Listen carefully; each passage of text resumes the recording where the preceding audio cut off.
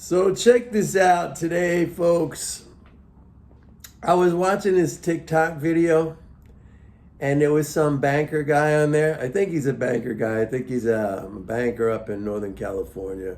Was given an explanation of what was going on in terms of the impact from the Fed interest rates on the banks and stuff like that. Very, very cogent.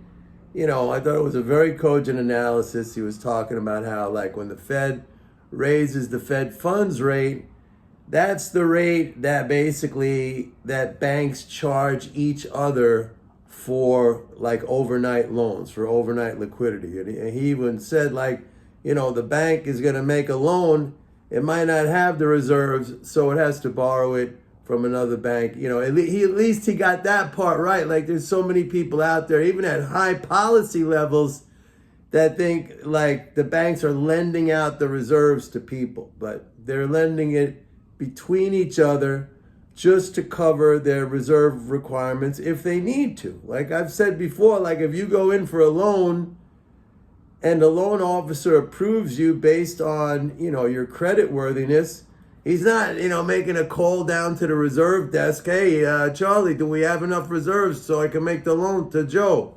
No, they just make the loan and then, they'll borrow it. So what he was saying was that, and again, the guy was giving a really good explanation. He said, when rates go up, it's costing the banks more. So they have to increase the interest they charge on the loan. Okay, we get it. All right, that's easy. I think everybody understands that.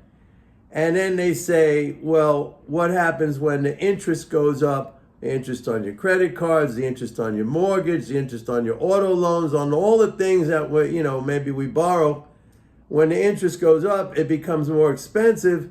And then he's talking about there's less demand for credit.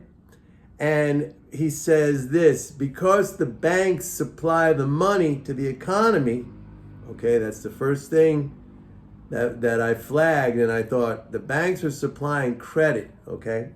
Because when you get a loan, yeah, you get a deposit in your checking account, but at the same time, you have a liability, which is that loan, which you have to pay back.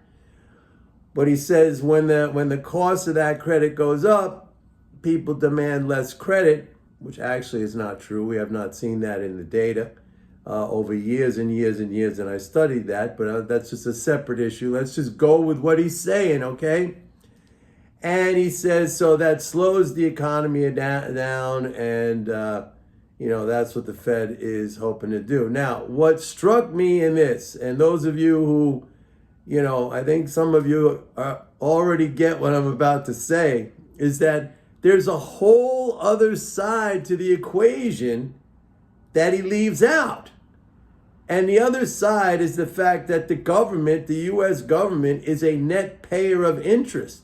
So when interest goes up, yeah, it's going to cost the banks are going to raise their rate for credit, but the government is now supplying more money into the economy via that interest channel.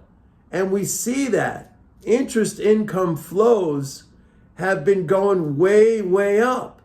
So again, we get this, and this is pervasive, and this is what drives me mad. It's just this single variable analysis from people who are smart. I mean, they should get it. But it's this constant single variable analysis, and this is part of the problem, I think, is that people really don't understand. And the other thing that was interesting was when he was saying, when the Fed raises rates, and that's going to raise the cost on everything. It's going to raise the cost on interest. Oh, something's going on with my lighting here. It's going to raise the cost on your credit card.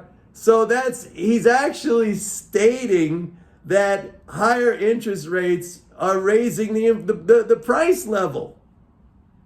Okay? So, I mean, it was just incredible. Anyway, I don't remember who that guy was. Next time I come across, I'll maybe put up his, if you want to follow him on TikTok. Seems like a smart guy. Seems like a very successful guy. But I mean, this is the thing. Like, you got these people, very smart, very educated, very successful. They got this single variable framework, And it's not the way things work. Anyway, I wanted to put that out there. Happy Saturday to everybody. I think I'm gonna roast some coffee today. So if you want some, let me know. Bye.